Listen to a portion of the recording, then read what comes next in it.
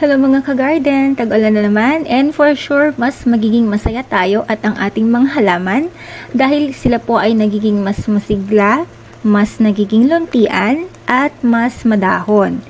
Pero ano nga po ba ang meron sa tubig ulan?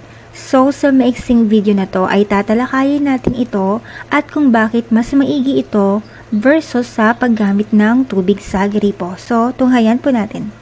Ayan, iisa-isay natin yung characteristics ng tubig ulan or yung rainwater. So, ang tubig ulan po ay pure distilled water na in-evaporate ng araw. Ito po ay slightly acidic, kaya nanoneutralize niya yung salt level sa ating soil. And alam naman natin na karamihan ng mga halaman, ang prefer nila ay slightly acidic na pH na nagmumula sa 5.5 hanggang 6.5. Ito din ay free from salts and chemicals.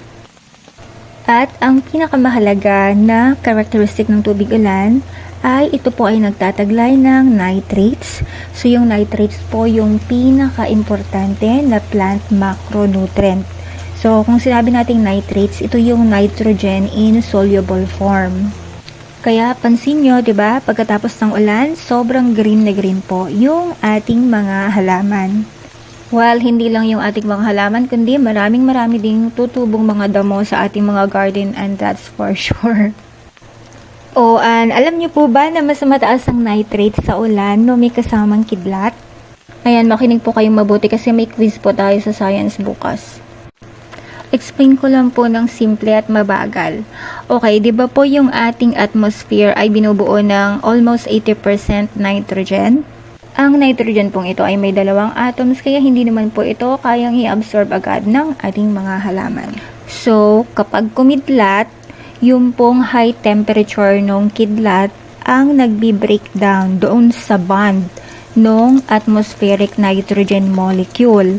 So, kapag humiwala yung free nitrogen atom, yun naman po yung nagbaband doon sa oxygen para makakreate ng nitrogen oxide na nadidissolve naman po sa moisture. So, yung nadissolve doon sa moisture, yun po yung nagpo-form ng nitrates.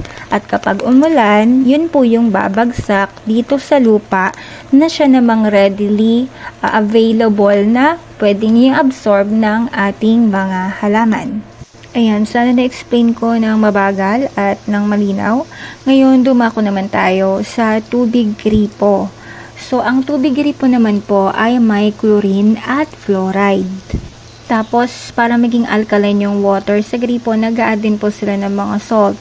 So, additional dun sa salt, tapos yung pang chlorine at saka yung fluoride. So, nakakasira po sila sa ating mga halaman at syempre doon sa ating lupa. Hindi lamang sila nakakaapekto sa ating mga halaman, kundi naapektuhan din po nila yung mga macro and microorganisms doon sa ating soil. So, ayun po yung pagkakaiba ng tubig ulan at saka nung tubig sa gripo. Kung kaya maigi po na gamitin nating pandilig ay yung talagang tubig ulan dahil marami siyang benefits doon sa ating mga halaman.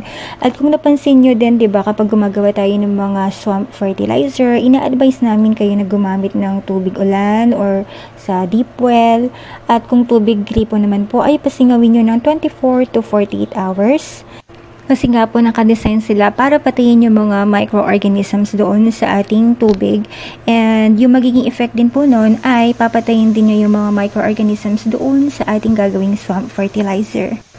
Ayan, at sa mga co-gardeners ko po na takot sa kidlat at kulog, so next time isipin na lang po natin na ito ang process ng ating environment para makagawa ng abono para sa ating mga halaman. So ayan, happy gardening everyone and sana po naintindihan nyo yung aking simple at mabagal na explanation. So happy gardening!